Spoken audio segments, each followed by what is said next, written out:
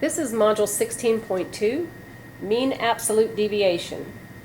You have two vocabulary words that you need to know: measure of variability and mean absolute deviation.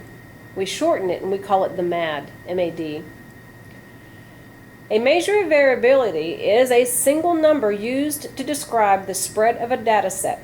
One measure of variability is to use the mean absolute deviation, which is MAD, M-A-D. The mean absolute deviation is one way to describe a measure of variability. It is the mean, which is the average, of the distances between the data values and the mean, the average itself, of any given data set. Let me show you.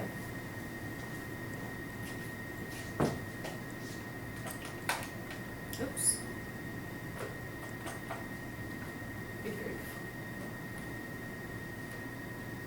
Okay.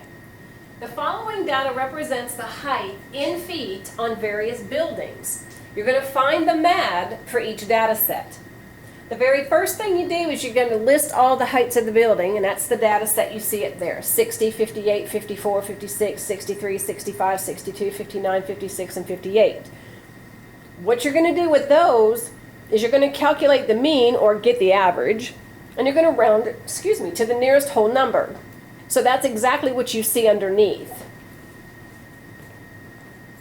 This is all of the data pieces added up, and I got 591, and I'm going to divide it by 10 because I have 10 data pieces. 1, 2, 3, 4, 5, 6, 7, 8, 9, 10. So remember, we get the sum of the data and we divide it by the number of pieces. And that's going to average out to about approximately 59 feet. So I'm going to use 59 feet because it said round to the nearest whole number. I like to put these in a table to help. You don't have to put them in a table. I just like to put them in the table to help. So if you look at the table, you'll see the height in feet, the same data represented up there at the first column, first row, sorry, that's not a column.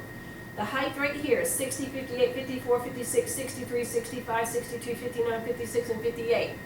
Now, what you're doing for the bottom number is you're saying, okay, so what's the distance to the mean? Well, the mean was 59. So what's the distance between 59 and 60? It's only 1.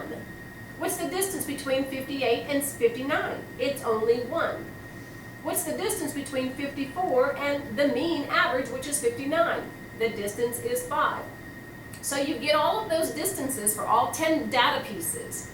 Now, once you do that, you're going to use the distance and get the average of that. I know, this is crazy. So you add all of those up, and I got 27 divided by 10. And whenever you divide it out, you actually get 2.7, but it says round to the nearest whole number. The 7 makes the 2 round to a 3, so that's how I got the 3. So the MAD is 3. That is the mean absolute deviation. There is no homework on this subject. You're just going to take the lesson video to learn how to calculate the MAD.